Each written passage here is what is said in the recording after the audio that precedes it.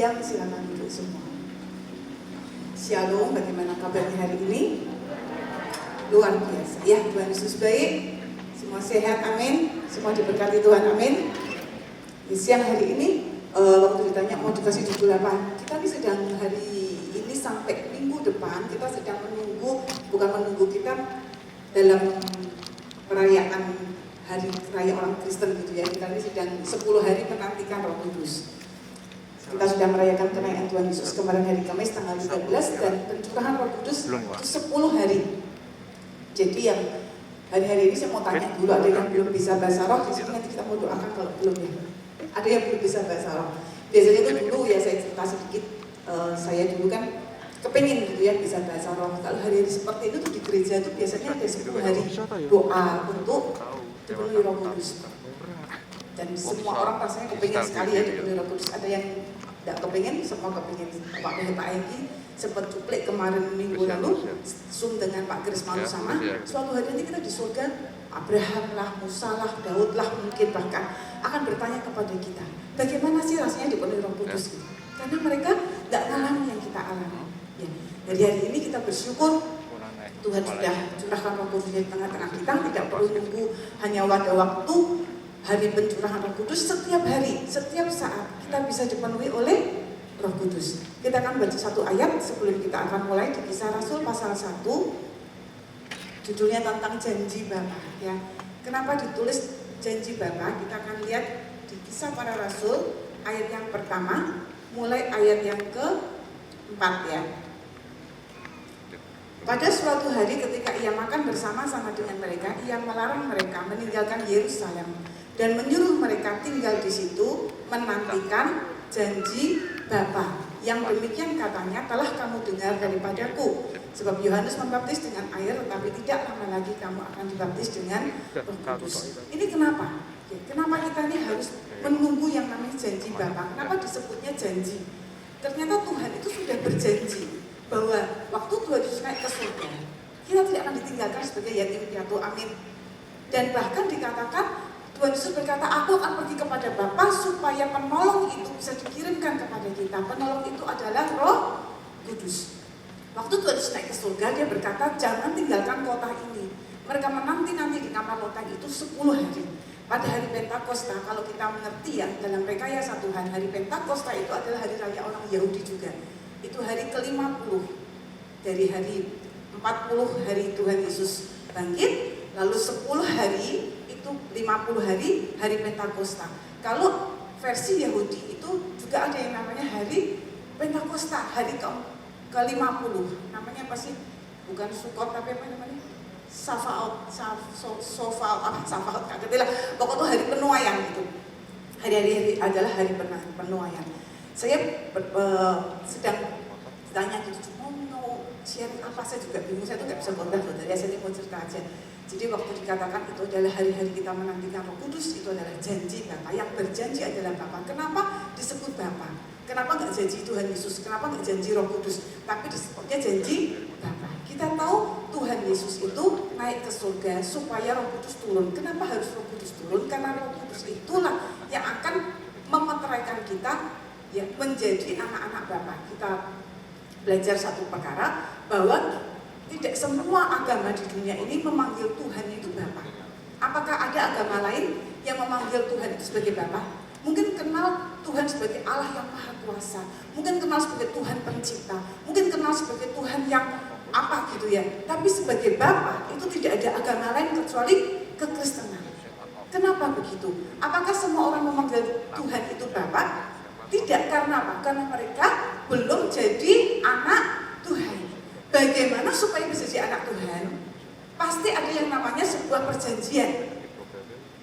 Kalau ada anak mau diangkat jadi apa? Anak angkat gitu kan ya. Itu tetap harus ada yang namanya perjanjian. Di sebuah pengadilan diputuskan bahwa anak ini menjadi anak dari bapak ini gitu kan. Untuk kita masuk dalam sebuah perjanjian itulah Roh Kudus itu adalah meterainya bahwa kita menerima perjanjian. Alkitab ditulis perjanjian lama, perjanjian baru. Kita dikatakan bahwa ada yang namanya tanah perjanjian pada waktu bangsa Israel keluar. seakan-akan Tuhan itu dengan Abraham pun berkata bahwa Tuhan mengikat perjanjian dengan Abraham lewat sunnah. Saya itu beberapa hari yang lalu baca firman waktu sampai di imam pentahbisan imam ya, di imamat saya sempat minta Pak Oki siapkan ayatnya, tapi saya nanti keluar atau enggak nanti. Dan saya itu selama ini kan kalau Bapak Ibu baca Alkitab kan biasa saja gitu. Suatu hari itu dikatakan kenapa imam itu kalau waktu pentahbisan yang diurapi cuping telinga kanan, jempol tangan kanan, terus kaki jempol juga kanan. Kenapa kok cuma kanan separuh gitu? Waktu saya baca tiba-tiba saya ingat itu perjanjian. Waktu Abraham dibilang sama Tuhan, aku akan bawa kamu keluar ke sebuah tanah perjanjian dan nanti keturunanmu akan diperbudak selama 400 tahun dan kamu akan itu di Alkitab ditulis di Kejadian. Tuhan suruh Abraham itu beli satu binatang yang dibelah dua. Jadi lembu dibelah dua, kambing dibelah dua, apa dibelah dua, kayak burung enggak, dua burung itu tidak. Itu lambang dari apa sih? Lambang dari sebuah perjanjian. Dikatakan orang yang berjanji itu Amos berkata, berjalankah dua orang bersama-sama kalau mereka belum berjanji. Jadi ngomong nggak muter-muter saudara ya. Jadi saya mau jelaskan sama saudara bahwa kita ini orang-orang yang punya perjanjian dengan Tuhan. Dikatakan tadi janji Bapa, yang berjanji adalah Bapa. Kita semua punya perjanjian. Suatu hari nanti Tuhan akan jemput kita di awan-awan, yang dipegang itu bukan karena kebaikan kita, bukan karena kebenaran kita, tapi karena Tuhan yang janji akan bawa kita pulang ke surga gitu loh. Jadi maksudnya begitu. Jadi hubungan Bapa dan Anak itu harus disahkan, dimeteraikan di pengadilan, dan disahkan ada syaratnya. Kalau mau disahkan harus ada syaratnya. Orang janji dua, yang satu nepati, yang satu nggak nepati, bisa nggak? Tidak bisa. Ada banyak janji Tuhan dalam hidup kita yang mungkin sudah ngomong Tuhan tuh udah janji loh sama aku. Oh Tuhan mau pakai aku, mungkin Tuhan mau berkati aku. Hari ini janjinya mungkin belum digenapi. Kenapa? Karena dari pihak Tuhan mungkin sudah melakukan bagiannya. Tapi bagian kita apa? Bagian kita mungkin belum kita kerjakan. Itulah kenapa mungkin belum sepakat. Gitu. Kalau kita sepakat dengan Tuhan, kita bisa mengenal hati Tuhan. Ya. Itulah perjanjian akan terjadi di situ. Dikatakan Bapa. Suatu hari di rumah saya itu ada beberapa anak lagi kumpul gitu ya. Yang cerita teman saya nggak dengar sendiri. Anak-anak itu anak cowok-cowok gitu. Terus ngomong gini, kata orang, aku ini nakal karena aku tuh nggak punya papa. Terus anak yang satu berkata gini, aku juga dibilang orang aku nakal karena aku nggak punya papa. Nah, teman saya yang dengar itu juga nggak punya papa saudara. Jadi hari-hari ini nih figur bapak itu memang sedang kacau balau. Banyak orang yang mungkin nyembah Tuhan sebagai Tuhan Yesus atau sebagai Roh Kudus, tapi mengenal dia sebagai Bapa itu ternyata nggak mudah.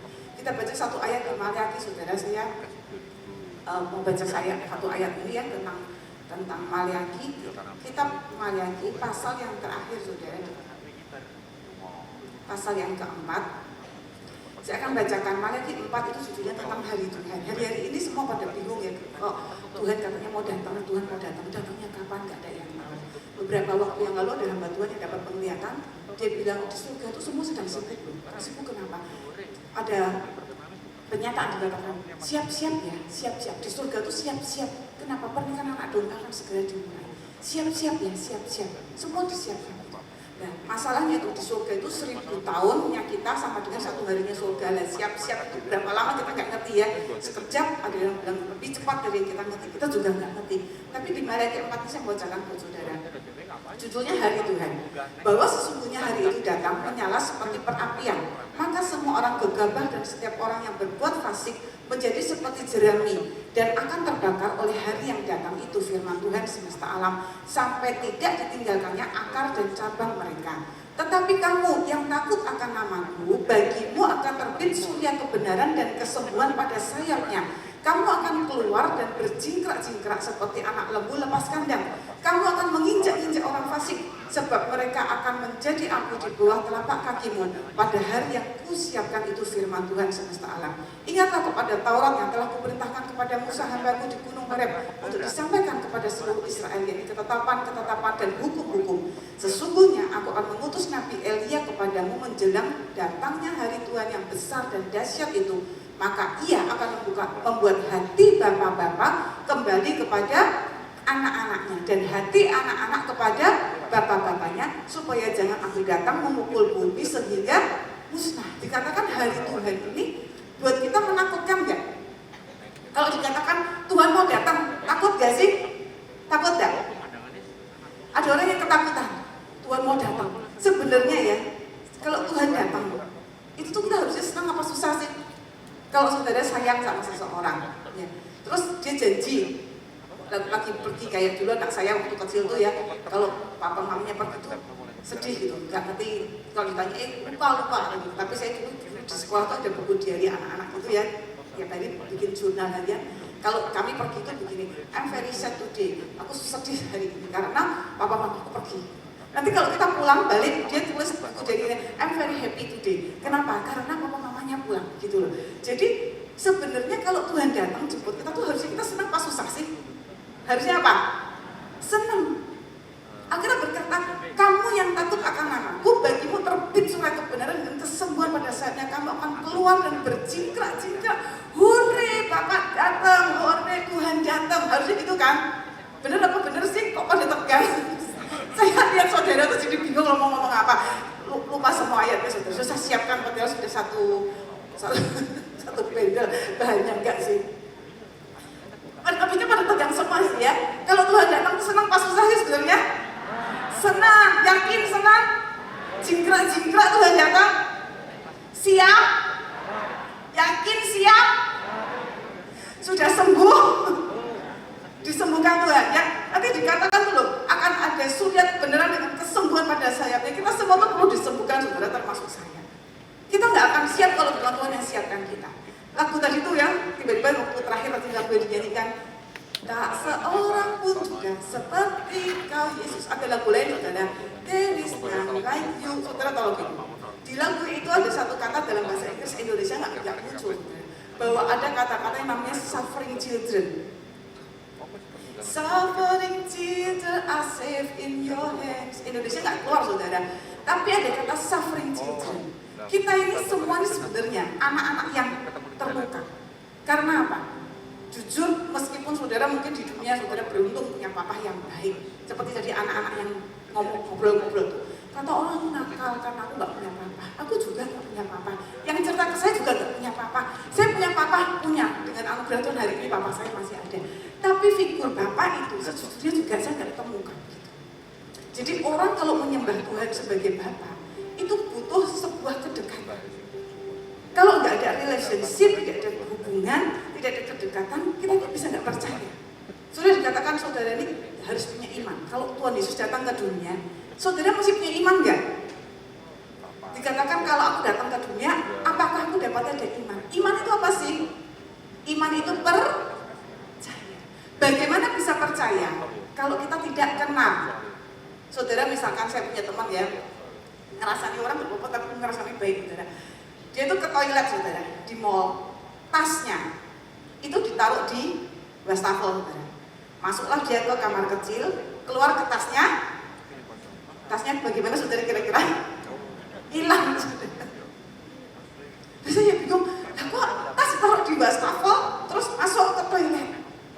Dia terlalu percaya bahwa semua orang tuh baik gitu loh saudara. Atau saudara kalau saudara mau misalkan mau ke toilet gitu, tas titipkan aja sembarang orang, ada orang pak titip tas saya ya, saya mau ke toilet, bisa nggak? Itu tasku tak tinggal di situ, saya percaya nggak bakal hilang ada teman-teman saya di sana saudara. Saudara bisa percaya karena saudara kenal. Kalau saudara nggak kenal sama orang sembarang di pinggir jalan, bisa kenal nggak? Nggak bisa. Pak Krismanus sama ngajar penyembahan kita itu prospunia itu mencium. Kalau saudara mencium sembarang orang dikaplok saudara, bener nggak? Kalau saudara mencium orang sembarang aja, saudara bisa pikir gila loh. Gak mungkin penyembahan kita kepada Bapak kita itu prospunia itu kalau tidak ada sebuah relationship, tidak ada sebuah hubungan, tiba-tiba saudara mencium seseorang itu, wah payah saudara. Jadi semua itu adalah sebuah hubungan. Dikatakan Tuhan Bapa itu yang berjanji kepada kita. Dia tidak tinggalkan kita yatim piatu. Kita ini semua suffering children. Semua kita ini terluka dengan semua masalah, dengan semua penolakan dunia. Karena kenapa? Waktu Adam dan Hawa itu berbuat dosa, Alkitab berkata semua orang sudah berbuat dosa dan kehilangan kemuliaan Tuhan. saat itu hubungan manusia dengan Tuhan bagaimana? Lepas. Karena dosa tidak bisa menjadi satu dengan Tuhan. Tuhan itu kudus. Maka dikatakan kuduslah kamu sebab aku kudus. Bagaimana jadi kudus? Gak mungkin kecuali kita seperti tadi pagi Pak Michael ngomong, ada transfer dari yang ilahi itu masuk di hidup kita. Kamu akan jadi seperti yang kamu sembah. Ya, sudah dengar sumnya belum sih? Kita akan jadi seperti yang kita sembah. Kalau saudara nyembah patung yang punya mata nggak bisa lihat, punya telinga nggak bisa dengar, ya punya badan nggak bisa gerak, kita nggak mau jadi seperti itu saudara. Nggak punya.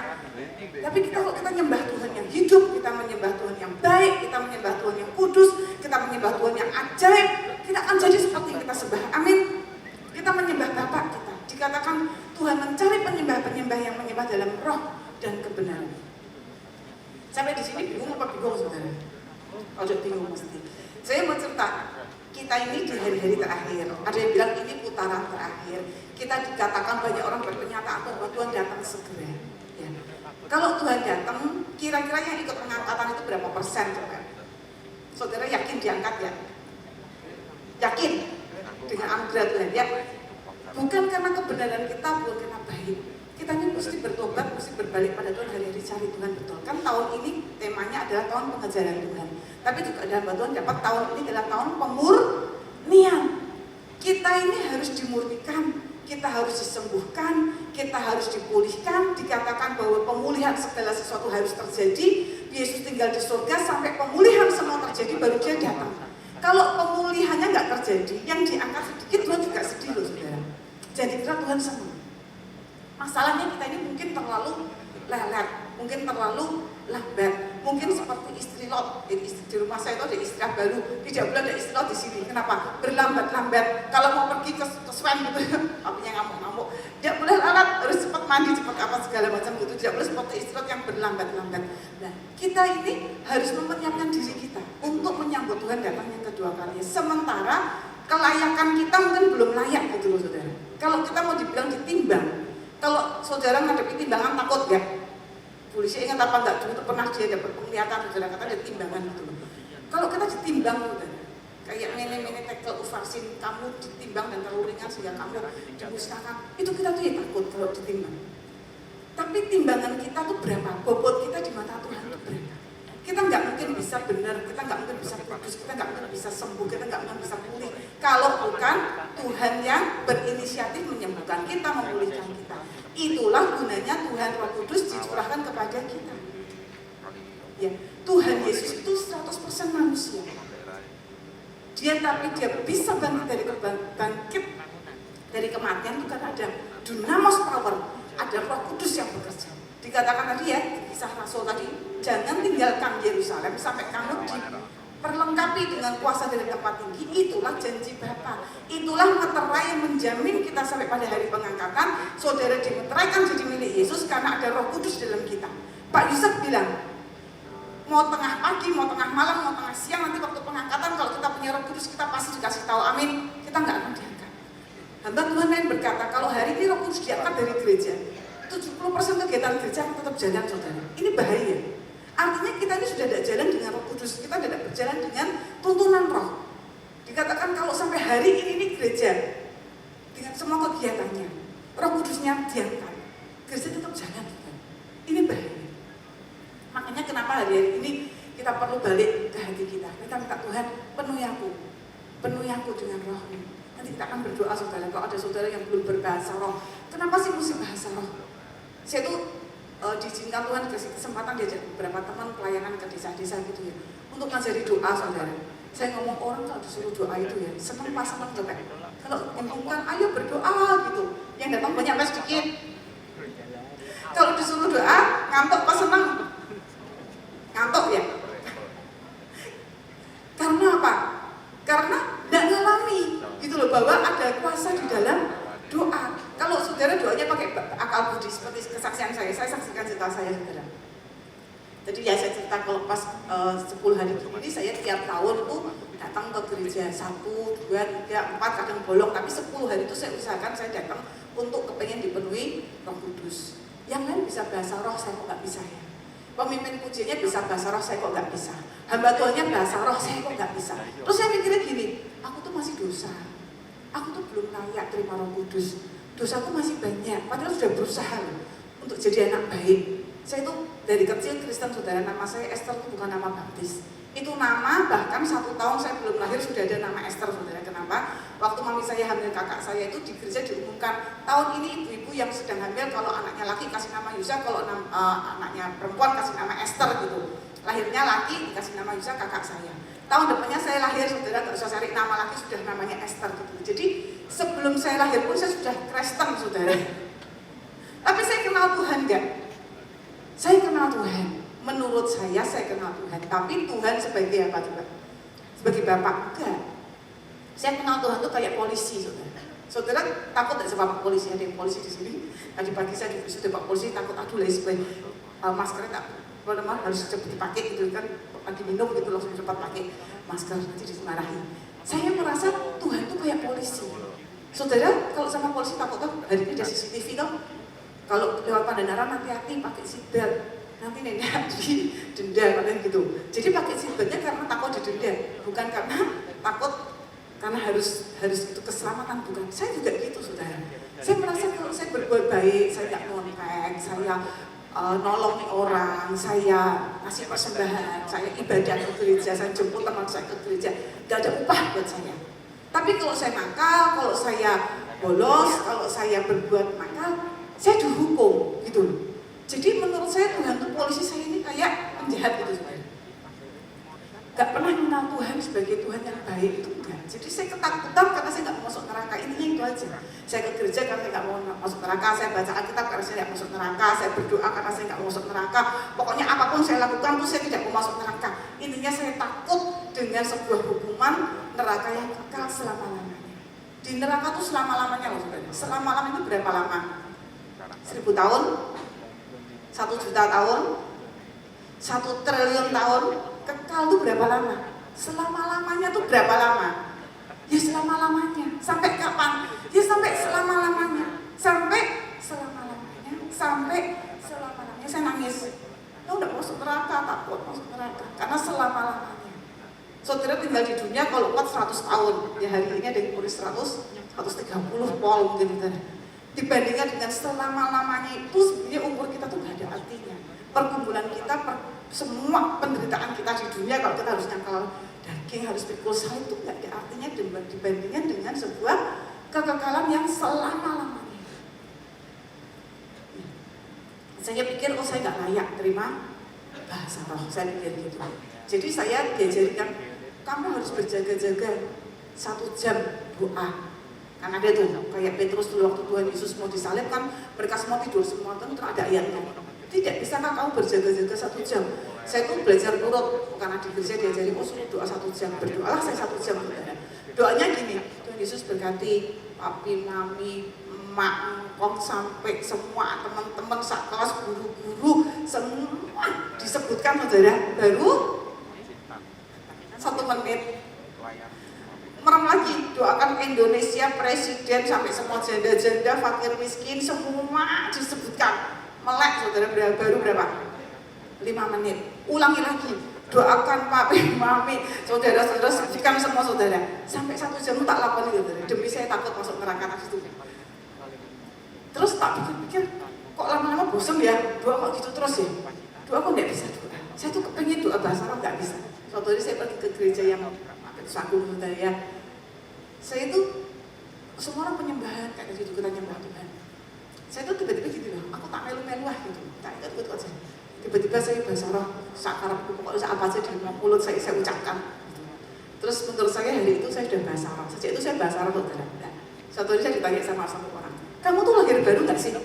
Lahir baru lah. Kamu bahasa roh piye ceritanya? Kok ceritanya piye? Ceritanya melu-melu. Orang sebelah saya semua pada penyembahan, pada bahasa roh seru gitu. Saya ikut-ikut aja, buka mulut saja, saya bahasa roh kira pasir, para begitu. Karena saya merasa sejak itu saya lahir baru. Tidak bisa. Orang lahir baru itu berubah hidupnya, tahu nggak? Orang di perut sama di luar perut itu beda. Bedanya gimana? Ya pokoknya kamu berubah nggak hidupmu? Ya berubahlah gitu. Berubah ya apa? Apa ya? Bingung saudara. Tapi saya pikir-pikir, saya itu lahir baru. Kenapa? Saya itu dulu kalau baca Alkitab harus karena takut masuk neraka. Sekarang saya kalau baca Alkitab kok suka ya, gitu. Tak ingat kapan aku lahir baru ya. Saya ingat saudara. Saya ingat. Saya itu ingat suatu hari Pak Petrus aku itu ke Salatiga, sebentar dulu saya kan di Salatiga. Terus saya tuh harusnya nggak bisa karena ada kuliah KKN perdana, nggak mungkin bolos karena harus daftar kan, harus berjurut bagi kelompok segala macam. Tapi saya di gereja di hari Minggu diumumkan loh, hari Minggu Pak Petrus aku kan melayani di gereja di Salatiga. Jadi saya kepengen datang tapi nggak bisa. Hari apa sih itu? Sudah lupa lah, April pokoknya. Saya ternyata kosong, kuliahnya kosong. Saya cepet-cepet pergi ke gereja kecil itu, saudara gereja di Salatiga itu. Hari itu tuh doakan semua, yang doakan saya itu Cien, mana Cien saya? Cien datanglah di sini ya. Kasih tahu Cien yang pintar nyanyi itu ya. Saya itu kan, saya merasa saya sudah baik, hidup saya baik. Di altar kok saya nggak maju ke depan, tapi bangku dipepet semua sehingga saya harus duduk paling depan, kursi paling depan. Setiap orang lewat doakan saya, setiap orang doakan saya saudara. Tiba-tiba saya nangis, saya nangis, nggak ngerti kenapa saya nangis gitu. Nangis bukan karena diinjak, bukan karena dijambak saudara. Kok saya tuh nangis terus sampai kebaktian saya tuh saya nangis terus. Saya tuh masih ingat kan saya pergi sepeda teman saya pulang ke kos, saya tuh salah sejalan jadi kesasar di pasar gitu. Saya ngeliat daging sapi gantung, saya udah shock dari kepala sapi, saya takut banget ngeliat kayak gitu. Tapi motornya bedol semua saudara. Saya masih ingat jadi kejadian ini waktu ditanya sama orang itu, kamu tuh lahir baru gak sih? Lahir baru tuh kapan? Kamu tuh harus tahu tepat tanggal berapa, jam berapa kamu lahir baru itu kamu harus tahu. Karena kamu tuh gak mungkin orang di dalam perut sama di luar perut itu pasti beda. Nikodemus tanya sama Tuhan Yesus, bagaimana seorang yang sudah dewasa masuk lagi perut ibunya lalu dilahirkan lagi? Kan gak mungkin. Tapi Tuhan ngomong kamu harus lahir dari Roh Kudus, kamu harus dilahirkan kembali. Waktu saya ditanya itu akhirnya saya jadi review semuanya. Saya ingat, oh ya sejak itu tuh jadi kayak orang tuh apa ya, falling in love, nah gitu, tepatnya begitu. Tiba-tiba saja yang lain tuh jadi nggak penting gitu. Yang penting saya pengen ke gereja, yang penting saya pengen baca Alkitab, yang penting saya pengen berdoa. Kalau bangun tidur, pengennya cari Tuhan, pengennya baca firman, pengennya ke gereja, gitu aja. Jadi saya kemis dari Salatiga saya naik bis, saudara pulang ke Semarang, tidur siang, berangkat ke gereja, kebaktian tengah minggu, Jumat pagi jam 5, sudah naik bis balik ke Salatiga. Teman saya ngomong, memang gak ada gereja di Salatiga, sampai harus balik ke Semarang ya gitu. Jadi saya ngamuk-ngamuk, memang gereja gak ada yang deket ya, rumah saya itu dulu Kedung Kudu saudara, gerejanya di Permata. Ada sih gereja deket, tapi ini sudah paling dekat sebenarnya. Pulangnya malam-malam, kalau kembali tengah itu teman-teman yang lama tahu ya pulang jam 10 sampai rumah dan segala macam. Tapi tiba-tiba saya itu kepengen Tuhan. Rasanya gini loh, bisa saya tuh tidak usah sekolah, saya tidak usah kuliah, saya tidak usah ngapain di rumah, gue mau baca firman terus pokoknya. Ya itu ngalami dari saudara. Coba, saya tuh nggak kepengen ceritain, tapi tiba-tiba sumenggok-menggok, tidak tahu lah ya. Jadi kita sharing aja bahasa ibu-ibu, maafkan saya nggak bisa khotbah bagus saudara ya. Semoga habis ini tidak dimarahin. Nah, dimarahin saudara harus bela saya. Ya salah ini ibu saudara, mak ini suruh khotbah ya begini caranya. Nah, saya tuh mau cerita apa nih? Tiba-tiba saya merasakan jatuh cinta dengan Tuhan. Sejak hari itu yang lain nggak penting, yang penting itu Tuhan. Saya kepengen Tuhan, saya kepengen baca firman, semualah tiba-tiba dunia ini kehilangan daya tariknya saudara. Saya nggak kepengen baca Femina, saya nggak pengen baca Gadis, saya nggak pengen baca apalah majalah, saya kepengen baca Alkitab buku rohani, saya nggak kepengen ke mall, mungkin belum ada mall waktu itu, nggak pengen nonton film, itu nggak pengennya kebaktian gitu. Dan nggak ngerti dengan saudara itu pernah nggak ngalami kayak gitu. Sejak hari itu tuh hati kita tuh bisa penuh. Roh Kudus yang di dalam kita tuh harusnya membuat kita tuh penuh. Lagu sebelumnya berkata, life without Jesus is like a donut, saudara tahu. Saya terjemahkan dalam bahasa Jawa. Urip tanpa Gusti Yesus kayak donat. Saudara tahu donat? Donat itu kue yang spesial karena bolong tengahnya saudara. Kalau nggak ada Tuhan, mau diisi pakai duit, mau diisi pakai hobi, mau diisi pakai jalan-jalan, mau diisi pakai teman, mau diisi pakai apapun, tidak bisa memuaskan kita, betul nggak? Tetap ada lubang di dalam hatimu. Sampai Tuhan itu masuk di hidup kita, sampai Tuhan itu memenuhi kita, sampai kita ini merasa aku nggak butuh yang lain, asal dari Tuhan cukup. Pernah nggak ngalami gitu? Kalau enggak nanti kita berdoa saudara harus mengalami. Karena apa? Hari Tuhan ini tidak main-main saudara.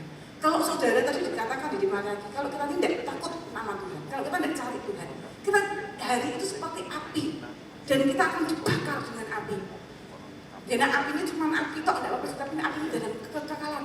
Saya nggak mau, saudara juga nggak mau, saya berdoa tidak ada yang masuk di dalam api kekekalan. Kita mau pada hari itu kita akan berjingkrak juga, Tuhan datang, Tuhan jemput kita. Kita maunya seperti itu. Ya, kita sedang menunggu yang namanya lawatan. Kita sedang menunggu yang apa namanya Pentakosta ketiga itu harus terjadi. Saudara perlu dipenuhi dengan Roh Kudus. Karena Roh Kudus itu adalah jaminan. Dikatakan tadi, spirit yang membuat kita, roh yang membuat kita bisa berkata, ya Abba, ya Bapa. Itu Roh Kudus, saudara. Saudara nggak akan merasa kesepian, saudara nggak merasa tertolak lagi. Tadi balik lagi ke cerita anak-anak tadi ya. Orang yang nggak punya figur bapak dalam hidupnya itu memang kurang pede. Kalau saya punya beberapa teman, saya sebutkan saudara orangnya, kalau figur papanya itu kuat saudara, dia nggak takut orang. Orang mau nolak dia, orang mau nggak ngereken dia, orang mau melupakan dia, tidak peduli. Bisa ada kepedean tersendiri. Yang penting aku punya seseorang yang mengasihi aku, papaku itu sayang sama aku. Saudara bisa ada pede tersendiri.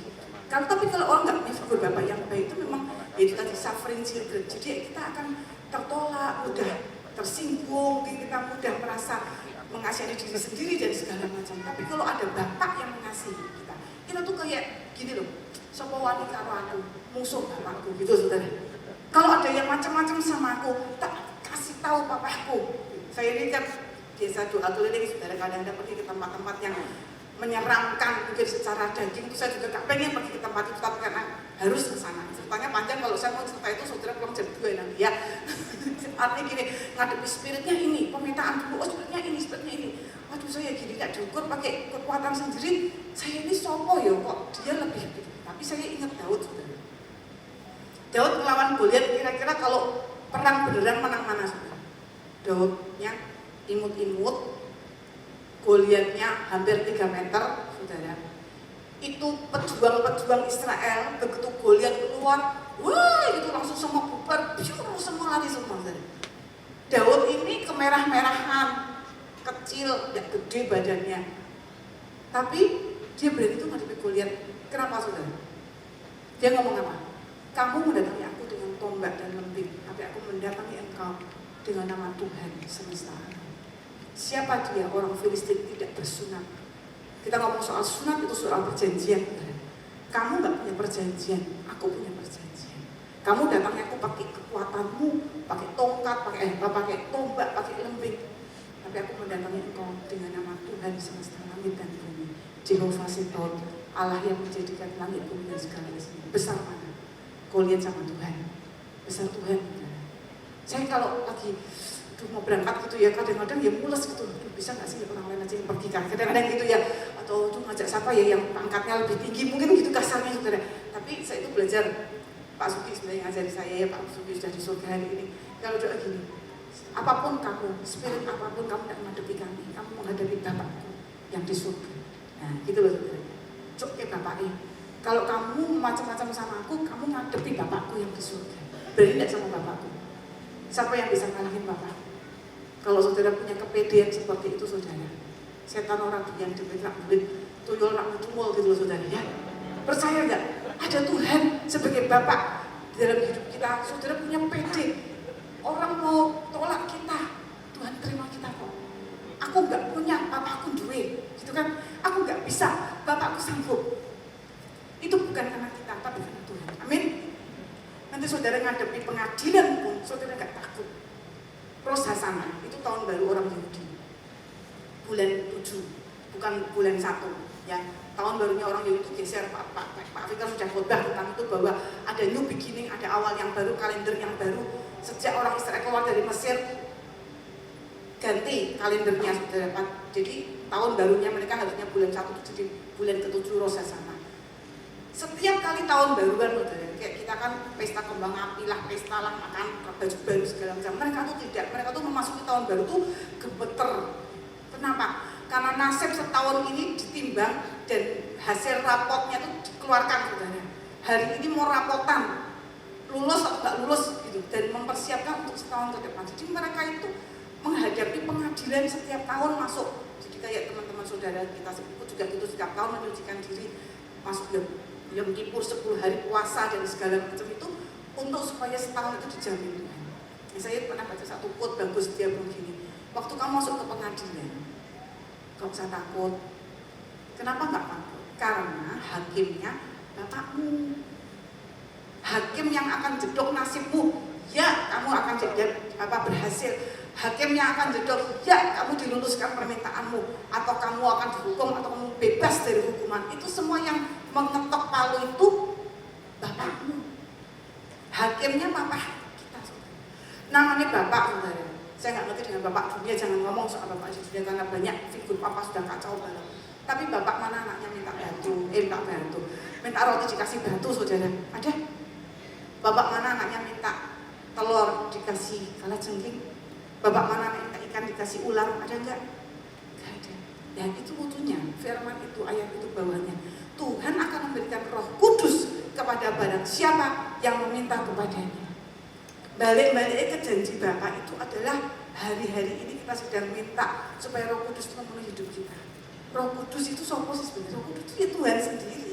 Roh Kudus itu ya Bapak, ya Tuhan Yesus, ya itulah Roh Kudus. Waktu dulu Adam dan Hawa tinggal di dalam Taman Eden, itu kemuliaan Tuhan melingkupi mereka. Tidak ada dosa yang memisahkan antara Bapak dengan manusia, sehingga mereka berjalan-jalan di taman dan mereka share satu dengan yang lain, bisa cerita, bisa curhat, bisa punya hubungan yang baik. Tapi begitu iblis menipu Hawa dan Adam buat sebuah keputusan untuk mentaati iblis daripada Tuhan, semua manusia telah berdosa dan kehilangan kemuliaan Tuhan. Mereka dikeluarkan dari Taman Eden dan putus hubungan antara manusia dengan Tuhan. Tapi Tuhan sudah merencanakan, nanti kalau ada darah yang mendamaikan dosa mereka, aku bisa balik lagi seperti dulu. Dan darah sudah dicurahkan. Waktu Yesus mati di kayu salib, dicurahkan darahnya, pendamaian sudah terjadi. Kemuliaan itu dikembalikan kepada kita. Aku tidak tinggalkan kamu sebagai yatim piatu, aku berikan kamu seorang penolong yang lain. Roh Kudus masuk di hidup kita. Sejak kita terima Yesus sebagai Tuhan dan Juru Selamat, Roh Kudus ada di hati kita. Kita dilahirkan baru dan hubungan kita dengan Tuhan dikembalikan. Hati bapak-bapak kembali kepada hati anak-anak, dan hati anak-anak kembali kepada bapak-bapak. Tidak ada anak yang merasa sendiri di sini hari ini. Amin. Tidak ada orang yang bisa ngomong kamu nakal karena gak punya bapak. Biarin bapakmu di surga sayang sama aku. Kamu nakal, gak punya bapak. Biar aku dirubah Tuhan, aku jadi nakal. Aku akan menceritakan kebaikan bapakku kepada banyak orang. Amin. Gak usah takut saudara ya. Jadi mau Tuhan datang kapanpun, saudara merindukan dia. Itu dia bapakmu. Dia bukan hakim hari itu. Amin. Setiap dosa kita, Yesus sudah bayar di kayu salib. Percayalah. Kita diterima bukan karena kita baik, kita kudus, kita yang lain. Tuhan terima kita karena darah anak domba Allah. Amin. Ya, saudara ingat, kita diterima bukan karena kita kudus, bukan karena baik. Kita diterima karena Tuhan Yesus sudah mencurahkan darahnya dalam hidup kita, dan Tuhan kembalikan kemuliaan itu di dalam kita. Amin. Roh Kudus ini punya kuasa dahsyat ajaib luar biasa. Mujizat bisa terjadi, supernatural keajaiban, sign and wonder bisa terjadi karena ada Roh Kudus dalam kita. Amin. Saudara akan jadi orang-orang yang supernatural, yang beyond human karena ada Roh Kudus dalam hidup kita. Mari kita berdoa, minta Tuhan supaya penuhi kita dengan Roh Kudus yang hari ini. Kita diterima bukan karena kita baik, saudara. Saya daripada melo semua cerita lucu-lucu, saudara. Saya belajar dari seorang hamba Tuhan tentang penerimaan. Kan kita semua tertolak, semua cerita satu ini. Kita diterima bukan karena saudara ke gereja, seperti saya tadi. Saya ke gereja karena saya takut masuk neraka. Saudara diterima bukan karena saudara baca Alkitab. Saudara diterima bukan karena saudara ngasih perpuluhan. Saudara diterima bukan karena saudara ngasih persembahan. Saudara diterima bukan karena saudara itu kudus, hidupnya layak, bukan. Sekalipun kita tetap harus jaga kekudusan, sekalipun kita tetap harus kasih persembahan, sekalipun kita tetap harus kasih perpuluhan, sekalipun kita tetap harus baca Alkitab, sekalipun kita harus tetap puasa, kita harus kerjakan semuanya itu harus kita lakukan. Tapi kita diterima bukan karena semua kebaikan kita, tapi karena darah Yesus. Amin. Anak saya itu rewel, saudara, kadang kita minta sepatu mahal-mahal. Saya ngomong gini, kamu tuh diterima bukan karena sepatu mahal, kamu diterima bukan sepatu merek ini dan itu. Kamu diterima karena darah Yesus. Ngamuklah mereka sama saya, saudara ya. Mana anaknya ada di sini. Potong rambut sebentar, ganti model ini, ganti model itu, harus yang gini, harus yang gitu. Kamu tuh diterima bukan karena rambutmu bagus, kamu diterima karena darah Yesus dalam hidupmu. Ngomelah mereka, saudara. Nanti kalau mau pakai baju, bajunya ini ganti, itu ganti. Kamu diterima bukan karena bajumu bagus, kamu diterima karena darah Yesus dalam hidupmu. Ngomel lagi mereka. Suatu hari saya dikatain anak saya, Mami itu katanya semua diterima karena darah Yesus. Kamu sih nggak kelihatan gendut, nggak mau mesti kelihatan, bajunya harus ganti, yang kelihatan langsing kan gitu lah. Saya biasanya lucu supaya saudara tuh ingat gitu loh. Kita diterima bukan karena kita baik, bukan karena saudara itu punya uang, bukan karena saudara pinter, bukan karena saudara hebat, bukan. Kita diterima karena kebaikan Tuhan. Kita ini dipungut jadi anak pungut, saudara. Semua kita ini dipungut Tuhan. Spirit adoption, Roh Kudus itu curahkan dalam hidup kita, sehingga kita bisa berseru, ya Aba, ya Bapa. Kalau dia bapakmu, saudara, sopo wani sama aku, hadapi papaku. Bener? Menghadapi apapun, jangan takut. Dia Bapak kita. Saudara kangen sama Tuhan gak? Apakah kita merindukan Dia? Pengen cepat datang Tuhan? Di mana sih Tuhan? Tuhan tidak hilang, saudara. Dia ada di hati kita. Hari ini hari Tuhan. Hari ini. Tidak usah nunggu Tuhan datang di awan-awan. Hari ini harinya Tuhan. Ada lagunya tau? Hari ini harinya Tuhan. Hari ini saudara bisa ketemu dengan papamu. Hari ini kamu bisa ketemu dengan bapakmu. Hari ini kita bisa dipulihkan hubungan kita dengan Tuhan. Karena Roh Kudus sudah dalam hidup kita. Amin. Tidak ada yang merasa sendiri, tidak ada yang merasa kesepian, tidak ada yang merasa ditinggalkan. Sebab Tuhan Yesus sudah mati di kayu salib dan kita dipulihkan. Janji Bapa, Dia berjanji, saudara, dan Dia tepati janjinya. Masalahnya apakah kita berjanji kepada Dia dan kita tepati janji kita kepada Tuhan? Apakah saudara berjanji setia sampai Dia datang menjemput kita? Kita tetap bertahan dalam iman kita, tidak tinggalkan Yesus sekalipun mengalami apapun masalah di hidup kita. Tetap setia sama Tuhan sampai garis akhir. Amin. Amin. Semua bersuka-suka siang hari ini. Mau lahir baru, yang belum lahir baru harus lahir baru, saudara. Saudara ditanya orang, kamu lahir baru? Iya, aku lahir baru. Kapan? Setidaknya hari ini, saudara saya sebutkan tanggal 16 Mei 2021. Roh Kudus turun dalam hidupku dan aku diperbaharui, aku lahir baru, aku terima Yesus sebagai Tuhan dan Juru Selamat dan aku dipenuhi dengan Roh Kudus. Hari itu tiba-tiba aku gak kepengen dosa lagi, hari itu aku gak kepengen lagi merokok lagi, aku gak kepengen bercina lagi, aku gak pengen nonton porno lagi, aku gak pengen apa-apa, yang aku pengen cuma Tuhan aja. Aku gak pengen pangkat, gak pengen kedudukan, yang aku ingin hanya Tuhan saja. Bisa kan kita alami itu sampai Tuhan datang dan Dia jemput kita di awan-awan, kita jadi orang-orang yang akan setia sampai garis akhir. Amin. Tuhan jamin kita, saudara, dengan perjanjian. Perjanjian itu dua pihak, dari pihak Tuhan dan pihak kita. Dari pihak Tuhan yang bertulis di Hakim-Hakim, aku tidak pernah membatalkan perjanjianku dengan kamu. Dari pihak kita, bagaimana? Berjalankah dua orang bersama-sama kalau mereka belum berjanji? Berjanjilah dengan Tuhan hari ini, aku jalan dengan Engkau Tuhan sampai Engkau datang, sampai kita dijemput Tuhan, sampai kapan kita akan dalam kekekalan. Tidak akan memisahkan kita karena kasih besar dalam hidup kita. Amin.